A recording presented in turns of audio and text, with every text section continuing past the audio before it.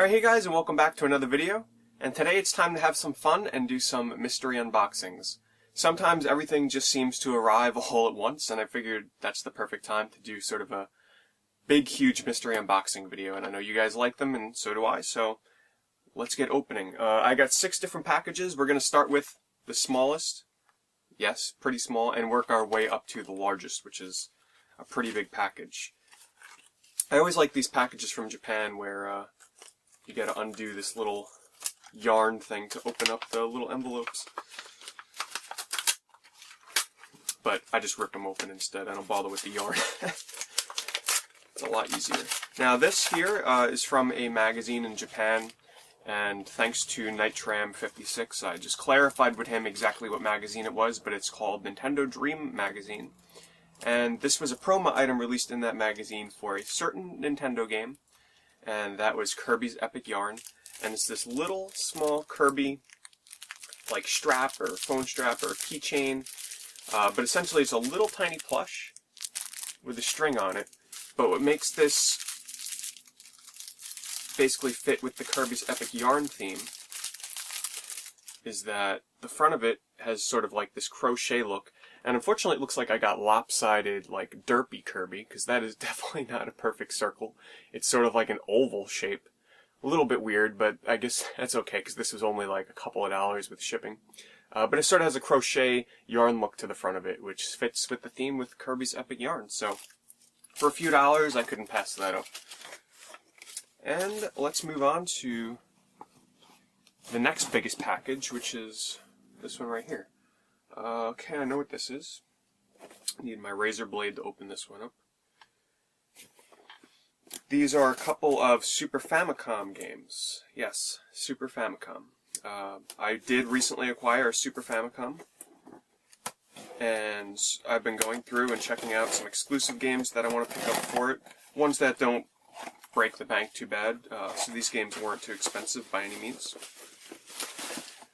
So let's see, and let me just make sure, yeah, all 3 of these games are exclusive to the Super Famicom. Let me just see. Yes, they are. Well, one of them is sort of exclusive to Super Famicom, and you'll see what I mean.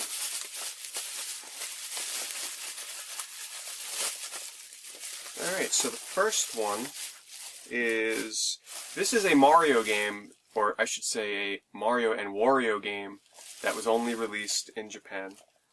And it's called Mario and Wario, go figure.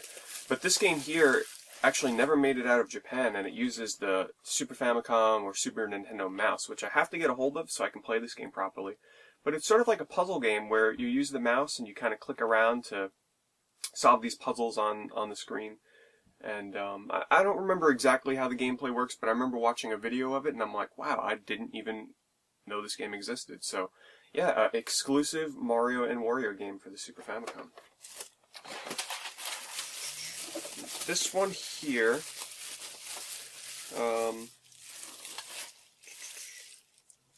yeah, this one here was released in America, but only on the Game Boy Advance. And it was a port of this game, which was exclusive previously to Japan on the Super Famicom. It is starring a Disney character, and I'm sure many of you know this character from many of his platformers that he started on the Super Nintendo and the Genesis, and that is Mickey Mouse, but more specifically, Mickey's Magical Adventure 3. And this game was available on the Game Boy Advance in America, and it's a port of this version, but I've never played the Game Boy Advance game, and for surely it looks a heck of a lot better on the Super Famicom. So very glad to have a complete copy of that. This is in very nice condition. And it's made by Capcom. So this is supposed to be an excellent platformer. Looking forward to checking that out. Alright, this next game here actually is a pretty big series, especially in Japan, and it was supposed to have a release on the NES in America, and that game was known as Euphoria, the Saga. But it was cancelled. However, it was released on the Virtual Console. And the rest of the series is on all different kinds of systems, like the PlayStation, the Saturn, the Super Nintendo. It's on quite a bit, and most of the games in the series, they vary differently. There's platformers, there's puzzle games, and there's racing games. And I actually got the racing game, and it's on Super Famicom, and that is Hashire Heba Racing, I think is the way you pronounce it. And that's this here. It's a series with these characters, really cute little characters, and this so happens to be one of the racing games in the series. I'm not sure if this is the only racing game or if there were others, but this is a racing game in the series. And I checked out some video. It looked like a lot of fun. It's sort of a top-down isometric racing game with power-ups and, you know, special moves that all the characters have. There's no carts or cars or anything. They all just run in this course, and it looked like a lot of fun. Okay, next is a package from Amazon. Now, this is not directly video game related, but it will be related to my channel. You'll see here in a second. I'm pretty excited to have this because it helps in the making of my videos. Now, for the longest time for my channel, to record older games that use composite cables, I used the Dazzle DVC100 recording device, which over the years, I've ran into quite a bit of problems with it. People that use it will know that not all programs accept it for audio. You have a lot of audio problems with the Dazzle in terms of getting it to work with other programs and such. But I recently got a MacBook, and I needed a device that would work with the MacBook to record my older games because the Dazzle doesn't work with it exactly. So I picked up a new video capture device called the Elgato Capture. I think they just call it the Video Capture Elgato. Now this comes with new software to try out and record, so I'm hoping this is going to be a lot easier than the Dazzle. And I had to get a new capture device anyway because my Dazzle, I think the composite video input on it was starting to go because it was having a very hard time picking up the signal. I had to keep playing with the cables to get the connection right. It was a bit of a headache. So, hoping that this will work a lot better for recording old games that use composite cables. So, looking forward to checking that out. And let's move on now to the last of the small boxes, but definitely not the least in terms of content. This here, for those of you that watched one of my previous pickup videos, or I think it was an unboxing video, I don't even remember, but it was I showed it off in one of my pickup videos, probably games I've bought recently. And I got a bunch of new reproductions for the Sega Genesis. And this is courtesy of Mr. Mark from the Sega Age forums. I've bought from him before and always reliable. Oh boy, this is pretty awesome. Alright, so we'll start off with a game that was exclusive to the Japanese Mega Drive. It's a side-scrolling action game known for its difficulty, its graphics, and its rarity. I now have Alien Soldier, Genesis reproduction. Now all of these come with a case, front and back cover art, and if I can get it open, wow, that's a hard case to get open, and a cartridge with the label on there. No instructions, but that's understandable because instructions would definitely drive up the price. But yeah, this game is definitely known for its rarity, graphics, difficulty, awesome gameplay. I actually have it on the Virtual Console, but if I don't feel like hooking up my Wii, I definitely wanted to have a copy on the Genesis. This next game was released in physical form exclusively in Japan on the Mega Drive, but it did receive a North American release on the Sega Channel, which as a kid, I had the Sega Channel, but I don't ever remember playing this on there. And I did actually buy this on the Virtual Console, but I don't boot up my Wii really to play the Virtual Console anymore, so I wanted a physical Genesis copy. And that's a platformer known as Pulseman. I've heard really good things about this game, so very excited to finally play a translated English copy. Not like you need translating in a platformer, but I just want to play it on the actual hardware. Alright, this next one, I'm not too familiar with this whole game, but it is a side-scrolling shooter, horizontal shooter it looks like, and it stars two women on the cover. Like I said, I don't know too much about it, so that's about all the details I can give you. All I know is I'm pretty sure it was exclusive to the Mega Drive in Japan, and it's pretty damn expensive when I checked. And that is Battlemania 2 Troubleshooter Vintage. So that game definitely looks like a lot of fun. This one I'm very excited to play. This is very interesting. This is a Genesis side-scrolling platformer from a very well-known series known as Sonic the Hedgehog. And this is a fan fan-made game that uses like work from all different Sonic games, Sonic 3. I think it uses the Sonic 3 engine. And they use sprites from all the games like Sonic 1, Sonic 2. They use remixed music composed entirely by like some really talented artists. But that is Sonic Mega Mix. Now the really awesome thing about this is you can play as Mighty the Armadillo, and you can play as Shadow the Hedgehog in a 16-bit side-scrolling Sonic platform with all new levels. I'm really excited to get into this and see how it is. So, really cool. Next is a vertical scrolling shooter, which the biggest hint I can give for this one has music composed by Yuzo Koshiro, known for Streets of Rage, Etrian Odyssey. So this I'm really excited to play for, not just because it's a shooting game, but for the music, and it sounds really awesome. And that is Slap Fight MD. I'm assuming MD stands for Mega Drive. So, happy to have that. This is a platformer that, if I remember right, this was never released anywhere, so this is sort of like a prototype game. Fully playable. It's not like it's incomplete. It's a fully playable game, and what really drew me to this one is the really colorful graphics. This game, drop dead gorgeous. Now this is a sequel to an original game, which I think showed up on the Super Nintendo, and it might have been on the Sega Genesis. I don't remember. I would assume so, since the sequel's on the Genesis, but I've never played it. Never really been too familiar with the series. And it stars like a chipmunk or a squirrel or something, and that is Mr. Nuts 2. Side-scrolling platformer that definitely looks like a lot of fun. This one here is an unreleased Sega Genesis game, and I was really surprised, because when I watched video of this game, it looked pretty darn amazing, and some of the best music I've ever heard on the Genesis. And you go through these levels that are non-linear, and you have to rescue people, which actually plays in really nice to the name of this game, which is Rescue.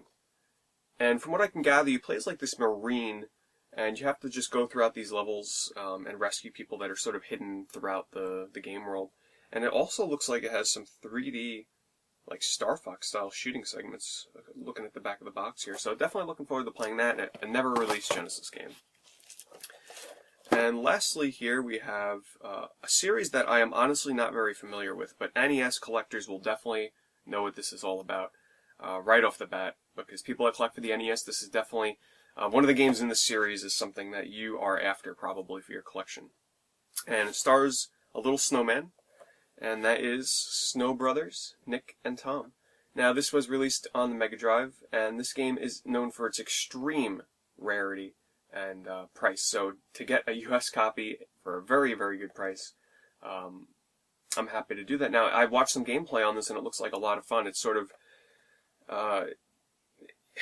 it looks like a platformer, but a puzzle game at the same time. We sort of gotta hit enemies and combo them into other enemies. When you hit them with your snowballs, it sort of rolls them off the platforms and knocks into the other enemies. It looks like a lot of fun, so I'm looking forward to that.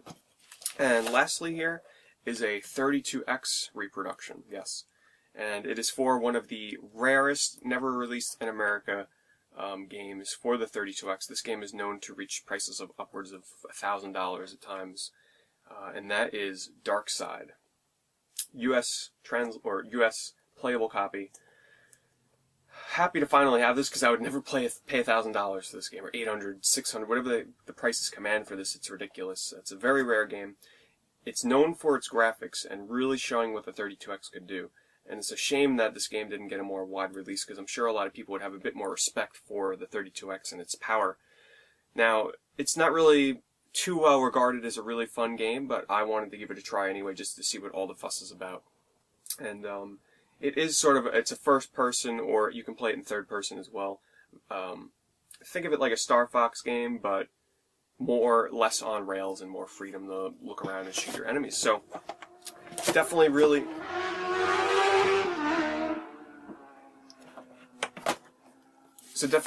excited to have all those Genesis reproductions. Alright, now let's move on to the next biggest one, which is this long guy right here. I'm hitting into my games as I do this. Let's see if I can open this up fairly quickly. Hints I can give on this is it's a promotional item that promotes a system that is recently retired. They don't make games for it anymore. The color scheme for the system, which is totally going to give it away, is black and green. And these were used in game stores to place on the shelves and promote the games in the game stores. So, I'm sure a lot of you have guessed what the system is. Alright, so I finally got it out of that box, and what I have here are, in the plastic, shelf displays, or shelf toppers for the original Xbox. And they're brand new, never used, and I got 2 of them. So as you can see there, when they're not backwards, they're each 4 feet long, and they're meant to be put on the edge of a shelf. So if I was, to put it on this shelf here, these shelves are too short, but you can imagine this sitting right on top of the shelf like that. Now, I'm not going to put it on these shelves here. I actually do, well, it actually looks pretty cool there, but I don't have my original Xbox games on these shelves, but I do have a 8-foot long shelf that goes above my windows, and since these are each 4 foot long each, that would actually make the perfect place to put them. It would cover the entire shelf, so really cool to have this. I always love getting original promotional items for my collection. It really adds a lot to a game room, much more than games on a shelf will do. Alright, and lastly is this humongous box here. This thing is huge. This is from Toys R Us, and it's got a certain theme to it. You guys will know exactly what that is soon enough here. And Toys R Us had a really big sale on their website where you got 20% off your entire order and free shipping. So I could not pass that up because I had been putting off buying a lot of these items for quite a long time, waiting for some sort of sale. So let's get started. First of all is, yes, it's a Sonic the Hedgehog theme box, so expect a lot of Sonic items. A talking plush with sound effects. This is actually new, it just came out. The design on it's pretty cruddy, but I wanted to pick it up anyway, since it was on sale. But when you press on his stomach, it makes all different classic Sonic sound effects. Which I thought was pretty cool. So yeah, I don't remember how many of these items were, but everything in here came out to, I think something like $100, which is not a bad price at all for what I got. And I got the little miniature one to go with that, and this guy is just hideous. It's actually, in my opinion, one of the worst Sonic plushes I've seen, but I do collect Sonic plushes for my collection, so had to get this. Same sound effects, but it's a little keychain instead, and this guy was pretty cheap. Alright, and before I get to the next item, I just want to warn collectors out there. When you buy something from Toys R Us, especially if it's a bulk order, they tend to ship it really cruddy. They don't put too much in there in terms of protection, and almost every time I've ordered something from their website, I get a dented box, or, the bubble on it, the plastic bubble is dented in, which, as I can see, is the case with one of the things I ordered here. So just a warning. Now, next up is the classic 12-inch modern Sonic plush, which it's not a bad plush. It's got a really gigantic tag on it, and mine does have a little defect with the eye. One of the seams is coming loose, so I'll have to see if I can fix that. That's another problem with ordering online. You can hand-pick them in the stores, but if my Toys R Us is like anybody else's out there, every time I go into them, they never have anything in stock, so I'm almost forced to order from online. So, not a bad plush. Now, next here is much bigger than I thought it would be, and this is the classic Sonic plush, the large version. This is like 15 inches or so. It's much larger than I thought. Comes in a box. Pretty decent design on it. I actually have the smaller version of this already.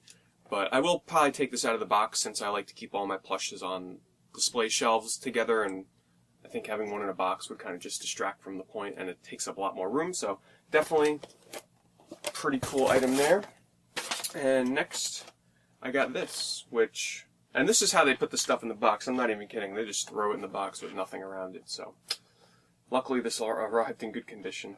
And that's the 3-inch Supersonic, which is posable, and it comes with a collectible tin can. Now, I wanted to get it this way because, from what I know, I think this is the only way to get the 3-inch version of this Sonic right now. I'm not sure if I'm going to open this or leave it closed. I don't really, I mean, yes, it'll have more value later on if I leave it sealed up, but I kind of like to display this stuff in the shelves, and it takes up a lot less room.